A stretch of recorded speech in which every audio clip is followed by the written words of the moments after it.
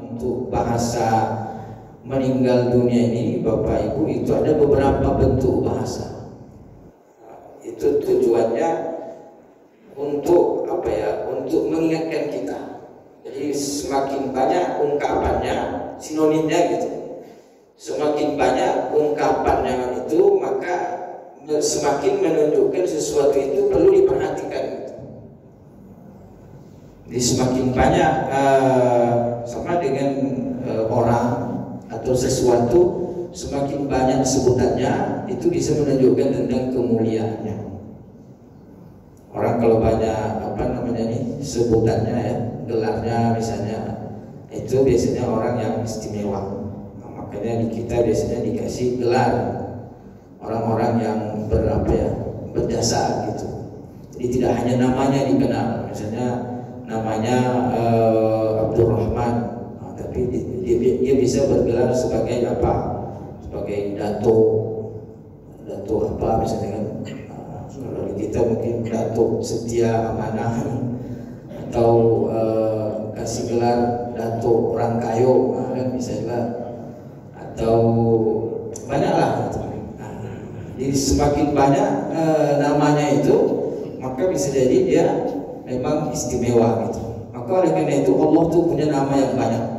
Asmaul Husna, 99 nama.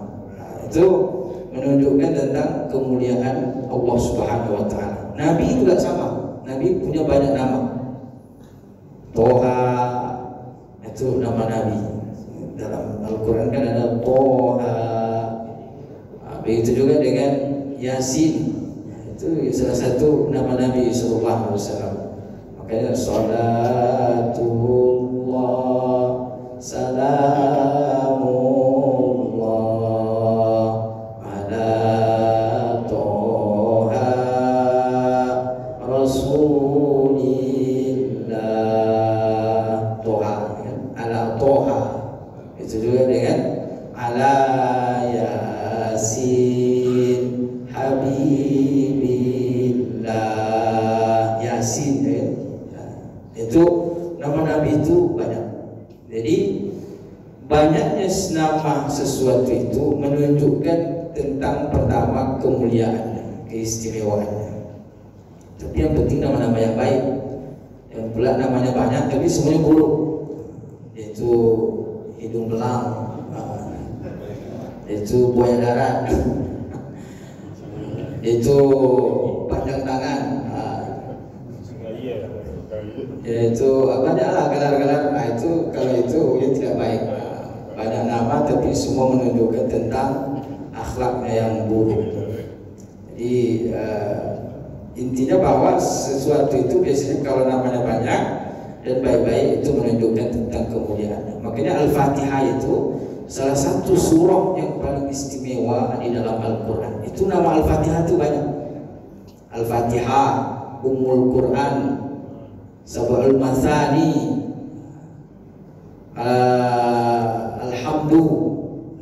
Alhamdulillah, banyak nama Al-Fatihah.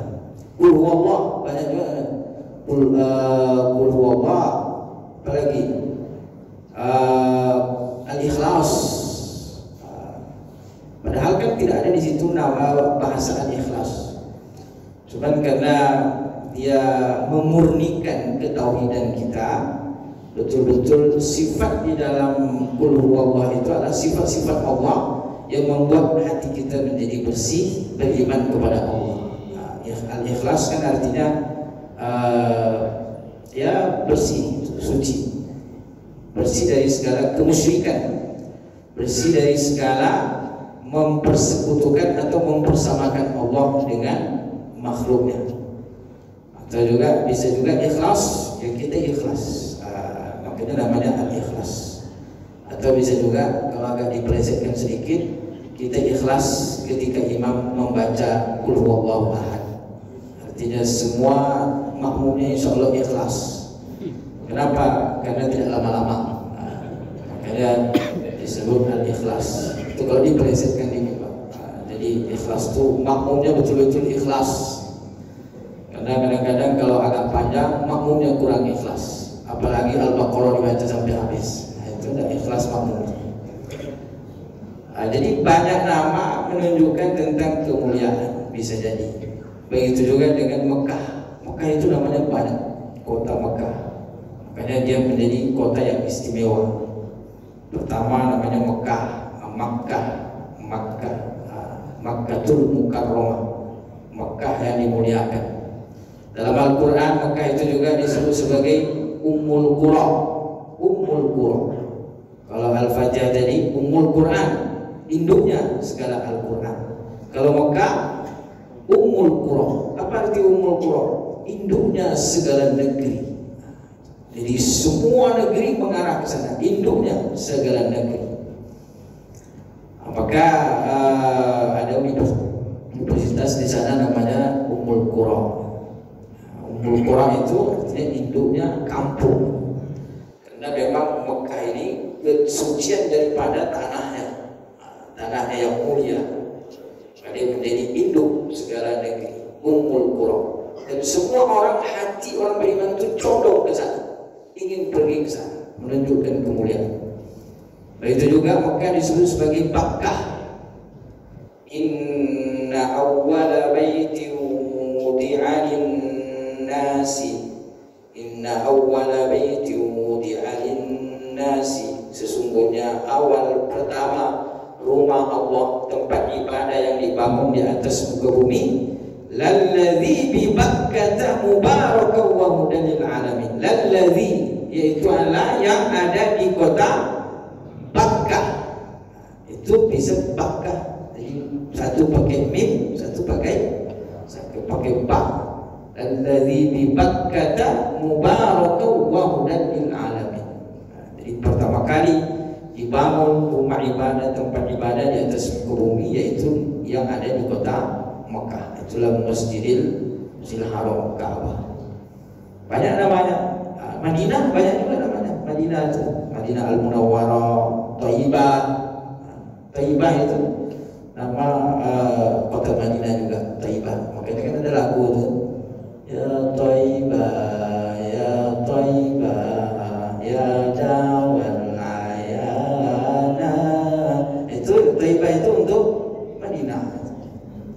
Madinah disebut juga sebagai Thayyibah. Jadi banyak nama itu bisa jadi menunjukkan tentang keistimewaan atau menunjukkan tentang agar kita perhatikan itu, sehingga disebut dengan berbagai macam nama pun akan mengingatkan kita kepadanya. Mekah disebut Mekah, teringat kita kepada Mekah. Mekah disebut Bakkah, teringat kita kepada negeri itu.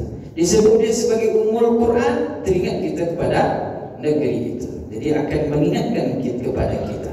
Orang namanya banyak, setiap namanya yang mana saja disebut akan mengingatkan kita kepadanya. Maka kematian ini Bapak Ibu, itu namanya banyak kematian itu. Di antara dalam hadis ini adalah uftulita. Uftulita, meninggal artinya itu. Meninggal. Sesungguhnya ibuku telah meninggal. Padahal bisa saja bahasa yang lain, misalnya matat, mati. Dalam Al-Quran, ya ayyuhalladzina amanu taqullaha haqqa tuqatih wa la tamutunna, ya kan? La tamutunna, mati itu.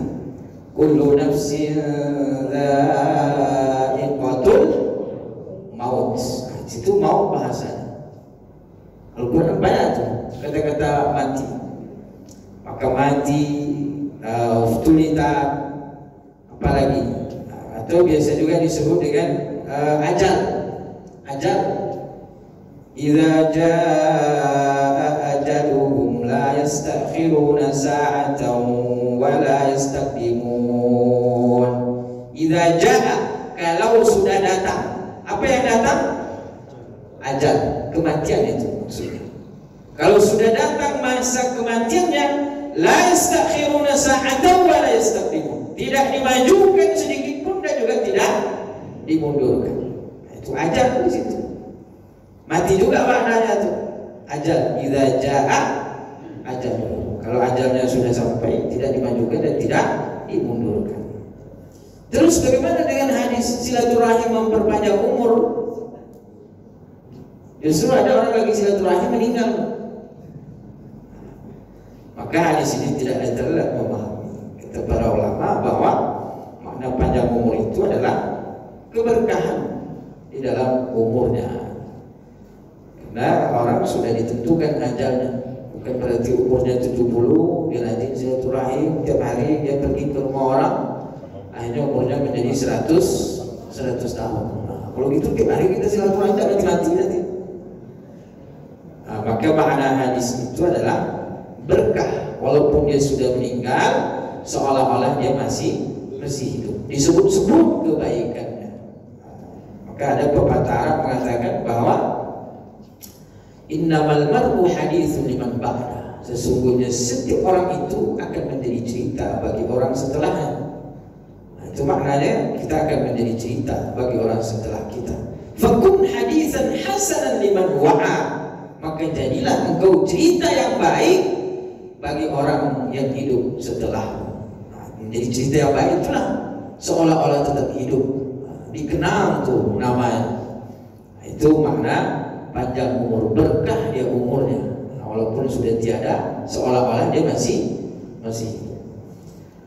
Nah, itu jadi banyak Bapak Ibu nama-nama untuk mentakbirkan kata mati di dalam Al-Quran dan juga di dalam hadis-hadis Nabi Sallallahu Alaihi Wasallam. Itu bisa juga di dalam surah At-Takatsur, ya kan? Alhaakumut takatsur. Sungguh melalaikan kalian pada hal yang saling berlomba-lomba dalam memperbanyak. Alhaakumut takatsur. Alha yulhi melalaikan. At-takatsur berlomba-lomba dalam memperbanyak. Maksudnya di situ kita dalam hidup di dunia ini ingin banyak, harta ingin banyak, anak ingin banyak, kalau bapak-bapak ini istri ingin banyak, tapi kalau ibu-ibu enggak. Itu ibadah jalan masuk surga, tapi yang lain aja lah.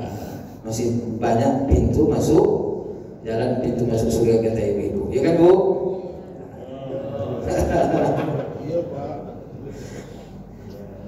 Jadi kita ingin serba banyak, harta banyak, rumah banyak, kendaraan banyak, untuk memperbanyak. Takatsur, terus berlomba-lomba dalam ingin memperbanyak. Alhaakumut takatsur. Karena kita perhatian kita kepada banyak, memperbanyak, banyak ingin banyak, akhirnya yang banyak memperbanyak inilah melalaikan kita sampai tidak terasa hatta zurtumul maqabir. Sampai tiba-tiba engkau akan mengunjungi kuburan. Zurtumul maqabir. Menziarahi kubur. Sampai kalian menziarahi kubur. Maksudnya di situ bukan kita yang pergi menziarahi orang, tapi kita yang diantar ke kuburan. Nah, itu maksudnya. Hatta zurtumul maqabir. Sampai kalian menziarahi kuburan. Maksudnya sampai melalaikan, memperbanyak masalah dunia, sampai kalian lalai dan tidak terasa tiba-tiba sudah diantar ke kuburan. Bukan kita yang ziarah. Nah, dalam hadis kan ziarah kubur itu kita yang ziarah. Dulu aku melarang kalian untuk ziarah kubur. Al-an fasuruha kata Nabi. Sekarang ziarahilah. Nah, itu kita yang ziarah masih hidup. Tapi kalau dalam ayat ini hatta zurtumul maqabir, maksudnya kalianlah yang diantar ke kubur. Setelah masuk kubur barulah dia sadar. An-nasu niyamun idza matu intabahu. Manusia itu tidur dalam hidupnya, ketika dia sudah mati barulah dia bangun. Ketika mati barulah kita sadar, ya Allah ternyata begini. Nah, kalau masih hidup tertidur kita, lalai, banyak kelalaian. Tapi kalau sudah mati barulah kita tersadar. Nah, ketika tersadar itulah baru kita berkata, mungkin tidak aku kembali lagi ya Allah. Nah, itu tidak mungkin lagi. Ada orang berharap untuk kembali. Tapi insya Allah kalau jamaah Masjid Al-Furqan ini sudah sadar kita semua insya Allah. Nah, sehingga nanti di sana kesadaran kita adalah menikmati apa yang menjadi hidangan-hidangan Allah Subhanahu Wa Taala. Amin ya Rabbal Alamin. Itu semua adalah doa dan harapan kita, mudah-mudahan diwujudkan oleh Allah Subhanahu Wa Taala. Zurtumul maqabir itu maknanya adalah mati juga. Nah, maka banyak takbir untuk mati. Banyak tidak salah puluhan lebih hadis terkait dengan kunut. Ini nanti bisa kita tambahkan, Bapak Ibu bisa mencari-cari itu takbir untuk mati. Kenapa? Agar kita itu tidak pernah lupa yang namanya kematian. Jadi semakin banyak namanya, sehingga kita tidak akan pernah lupa. Maka Allah ketika kita sebut sebagai Ar-Rahman, teringat kepada Allah. Ar-Rahim, teringat kepada Allah. Al-Malik, teringat kepada Allah. Al-Qahhar, teringat kepada Allah. Ar-Razzaq, teringat kepada Allah. Al-Jabbar, teringat kepada Allah. Al-Wahhab, teringat kepada Allah. Maka begitu juga dengan kematian. Setiap disebut apapun namanya, mengingatkan kepada kita itu. Itu penting. Maka dalam sebuah hadis tentang kunut itu disebutkan bahwa la yazal nabiyyu yaqnut, nabi itu la yazal, terus menerus. La yazal nabiyyu sallallahu alaihi wasallam yaqnutu fi subhi, kunut di waktu subuh. Nah, ini dalil hadis dijadikan dalil oleh mazhab Syafi'i bahwa kunut subuh itu adalah sunnah yang dianjurkan. Karena dalam hadis disebutkan bahwa la yazal nabiyyu yaqnutu fi subhi, Nabi sallallahu alaihi wasallam kunut subuh terus menerus hatta faraqad dunya, hatta faraqad dunya. Nah, itu beda lagi itu faraqad dunya. Faraq artinya berpisah, mufaraqah, tafriq, mufaraqah. Makanya kalau kita menjadi makmum itu dalam kondisi tertentu boleh mufaraqah dengan imam, artinya boleh kita berpisah dengan imam. Nah, ada kondisi tertentu kita boleh berpisah dengan imam. Nah, itu seperti misalnya dalam kondisi mungkin ada hal prinsip yang kita berbeda dengan imam, hal prinsip tapi kalau persoalan kunut jangan mufaraqah. Imamnya kunut, kita tidak kunut, aku mufaraqah lah. Itu terlalu sederhana untuk mufaraqah. Atau misalnya imamnya tidak kunut, dia kunut mufaraqah, itu tidak dianjurkan. Ada hal-hal di mana kita kondisi tertentu dibolehkan mufaraqah pada hal-hal yang mendesak atau prinsip. Atau misalnya kita musafir nih, musafir mampir sholat di satu masjid, mampir sholat isya misalnya kan. Jadi kita ikut bermakmum, kita musafir, kendaraan kita menunggu kan gitu. Nah, kita sholat, imamnya bacaannya panjang, baca Al-Baqarah, Alif Lam Mim, dzalikal kitabul la raiba fihi hudal lil muttaqin. 100 ayat belum ruku juga, 200 ayat belum ruku juga. Mungkin karena lagi semangatnya. Habis itu selesai Al-Baqarah sambung Ali Imran, terus itu nggak selesai. Akhirnya ini kayak ketinggalan kendaraan kalau begini. Nah, itu mufaraqah.